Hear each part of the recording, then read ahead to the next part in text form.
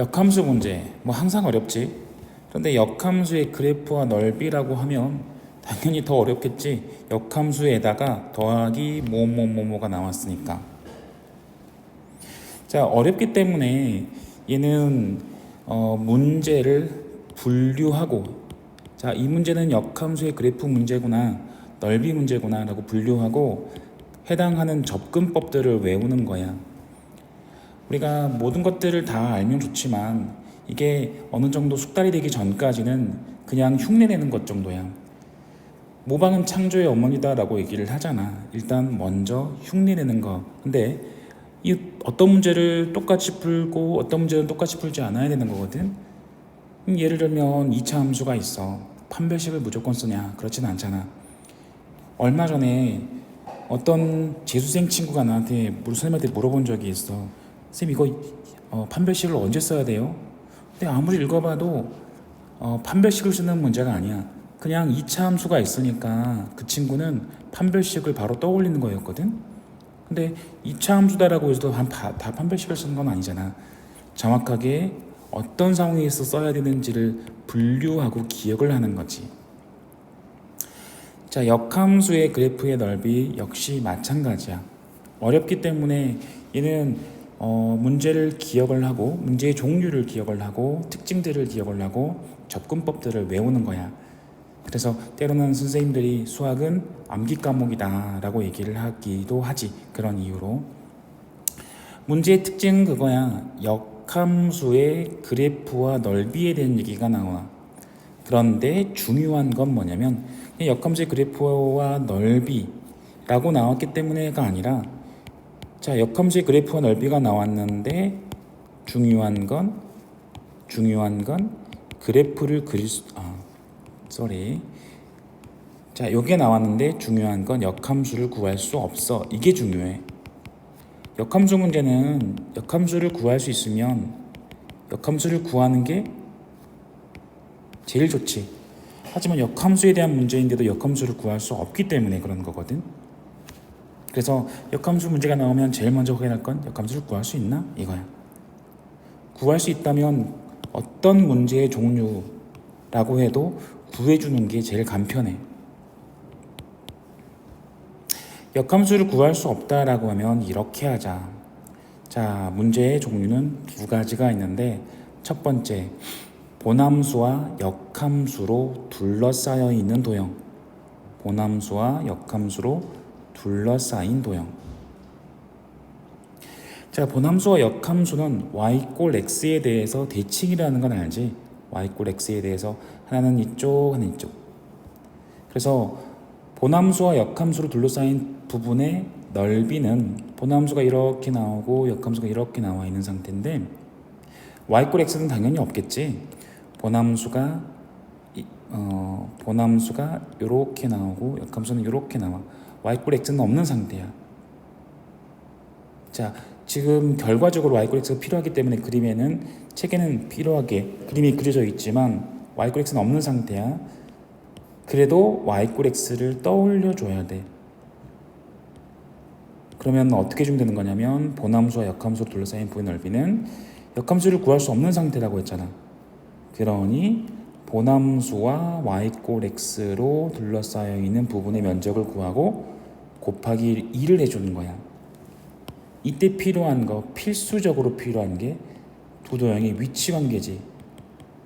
y 꼴 x랑 y 꼴 fx, y 꼴 x와 y 꼴 fx의 위치 관계, 이게 위에 있는지 밑에 있는지를 그래프를 그린다거나 아니면 연립을 해서 부호를 살핀다거나 해서 위치 관계를 확인한 다음에 누가 더 위에 있는지 밑에 있는지를 보면 넓이를 구하기 위해서 fx에서 x를 빼야 되는지 아니면 x에서 fx를 빼야 되는지들을 알 수가 있게 되는 거니까.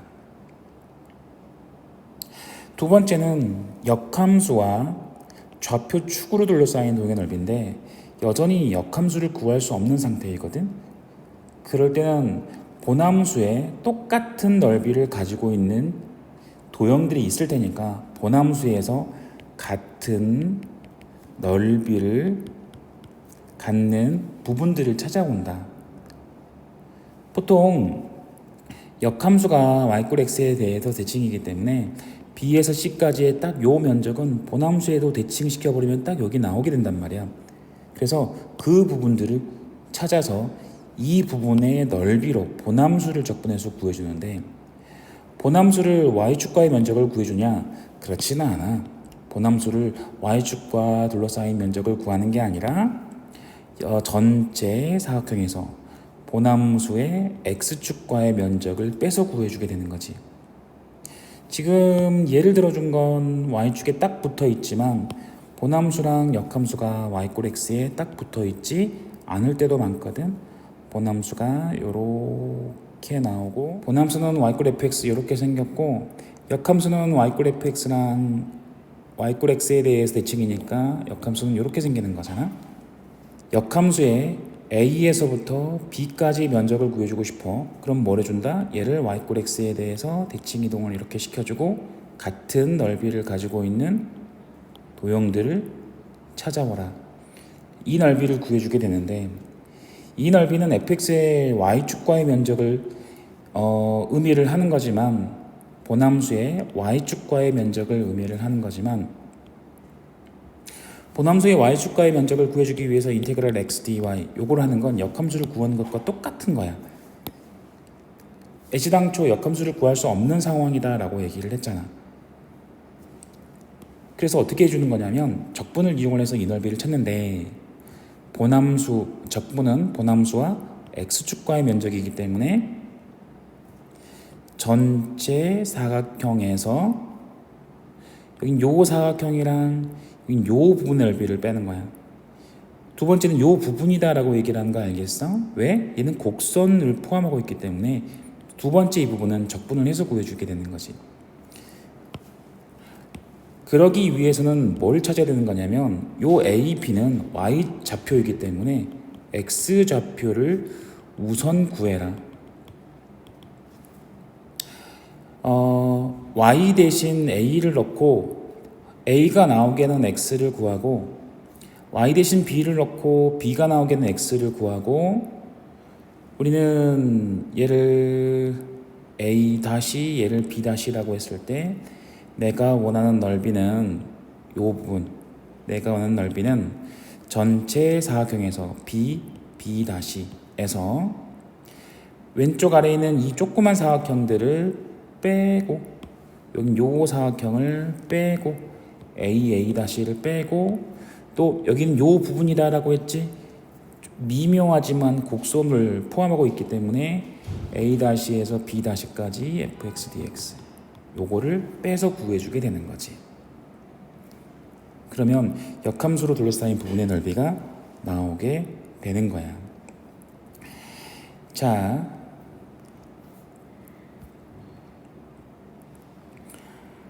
봐봐요. x에 3승 더하기 x 더하기 x 3승 더하기 x 마이너스 1이라는 함수가 있어. 이 역함수를 gx라고 했는데 요 gx를 적분할 거야. 자, fx를 적분하는 건 할 수 있잖아. x 3승 적분해서 4분의 x 4승 2분의 x 마이너스 x 적분해주고 집어넣는 거니까 이건 할 수 있거든. 근데 문제는 역함수를 구할 수가 없어. 역함수를 구하려면 어떻게 해야 돼? 이거는 y랑 x를 바꾸고, x는 y 3승 더하기 y 마이너스 1, y만 남겨놓고 나머지를 넘겨야 되는데, 그 말은 y 3승이랑 y를 묶어야 되는데 이 얘기잖아. 그래서 역함수를 구할 수가 없는 상태이기 때문에 역함수의 적분을 지금 다른 방법으로 접근을 해야 돼. 그게 두 번째로 얘기한 거야. 자, 보남수의 그래프를 그린다. 자, 보남수의 그래프를 때 3차 함수지. 요 마이너스 1은 평행이동이다 라고 보고, 여긴 요 부분만 x 3승 더하기 x의 그래프만 그려. 그리고 마이너스 1만큼 평기동 시키는 걸로 하는 거지. x 3승 더하기 x는 상수를 떼버리면 인수분해가 쉬워지고 바로 근이 나오는데, 여기서 근이 나오는데 더 이상 근이 안 나오지. 그 0이라는 근이 있는데 더 이상 근이 안 나오고, 자, x 3승도 0보다 큰 쪽에서 증가하고 x도 증가하기 때문에 그래프는 이렇게 나오게 돼. 거기다가 x3승 더하기 x는 기함수라서 원점 대칭이잖아. 기함수라서 원점 대칭이잖아. 그래서 원점에 대해서 대칭 이동시켰더니 오른쪽 위에 자 점점점점 가파르게 왼쪽 아래도 대칭이 되게 점점점점 가파르게. 그래서 이렇게 x3승 더하기 x까지의 그래프를 그렸고 얘를 마이너스 1만큼 평행 이동시켜주면 얘를 마이너스 1만큼 평행 이동을 이렇게 시켜주면 이게 fx의 그래프가 만들어지게 되는 거고 얘를 y 꼴 x에 대해서 대칭 이동시켜서 gx의 그래프까지 가는 거지. y 꼴 x에 대칭 이동시켜서 gx의 그래프가 이렇게 나오게 되는 거지. gx의 그래프가 좀 이상하다. 이 점 이렇게 가야 되는 거야. 라고 gx의 그래프가 나오게 되는 거지. 그럼 fx의 1에서 2까지 면적은 그냥 구해주면 되는데 gx의 1에서 9까지 면적, 자 gx만 남겨놓을게요. 요건 fx니까. 자 gx의 1에서 9까지의 면적은 gx의 1에서의 9까지의 면적은 구할 수 있는 방법이 없어서 어떻게 해주면 되는 건다? 보남수에서 똑같은 영의 넓이를 갖는 부분들을 찾으란 말이야. 보남수가 이렇게 나왔으니까 보남수의 얘랑 같은 넓이는 y가 1에서 역함수에서 x는 보남수의 y니까 1에서 9까지 면적으로 볼 수 있다. 이 넓이를 찾아라. 그 넓이를 역함수를 구할 게 아니다 라고 하면 보남수를 적분하되 보남수를 적분하는 건 x축과 이루는 면적이기 때문에 x축과 이루는 면적이기 때문에 우린 적분을 해서 요 부분까지는 구해올 수 있잖아. 그래서 전체 사각형의 넓이에서 조그만 사각형 빼고 여긴 요 부분 적분해서 빼고 해서 이 부분들의 넓이를 찾게 되는 거지. 그때 먼저 필요한 게 x좌표들을 우선 구해놔라 라고 얘기를 했거든요. x좌표를 우선 구해놔라. 무슨 얘기지? 무슨 얘기지? 자, 보남수 fx의 1과 9는 y좌표이기 때문에 y좌표가 1이 나오기 위한 x좌표랑 y좌표가 9가 나오기 위한 x좌표를 미리 구해놓는 거야. 어떻게? 보남수의 y가 1이 나오게 하는 x좌표는 1. 보남수의 y가 9가 나오게 하는 x좌표는 2.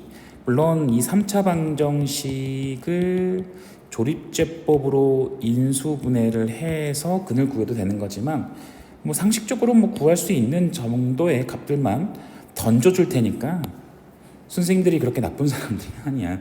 x좌표는 이렇게 바로 찾을 수 있을 거야, 웬만하면. 그러면 이 부분 우리가 구해야 하는 이 부분은 이렇게 잡을 수 있겠지.